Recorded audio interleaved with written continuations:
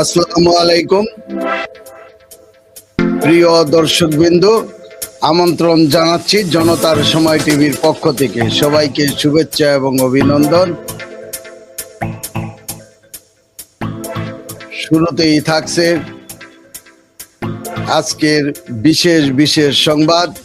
আপনারা দেখছেন আজকের সংবাদের শিরোনাম: ডক্টর ইউনূসের সংবিধান লঙ্ঘন ও স্বৈরতান্ত্রিক আচরণ। সংবিধান রক্ষায় অবিচল ছিলেন রাষ্ট্রপতি।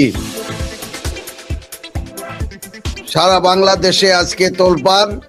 ডক্টর ইউনূস পাকিস্তানি এজেন্ডা বাস্তবায়ন করার জন্য বাংলাদেশের যে সংবিধান সেটা ছুঁড়ে ফেলে দিয়েছিল এবং সেই সংবিধানের কোনো একটি অনুচ্ছেদ তিনি মানতে রাজি হননি এবং তিনি সর্বদা সেই সংবিধানকে ছুঁড়ে ফেলে দিয়ে তার ইচ্ছা মতো 18 মাস রাষ্ট্র পরিচালনা করেছেন।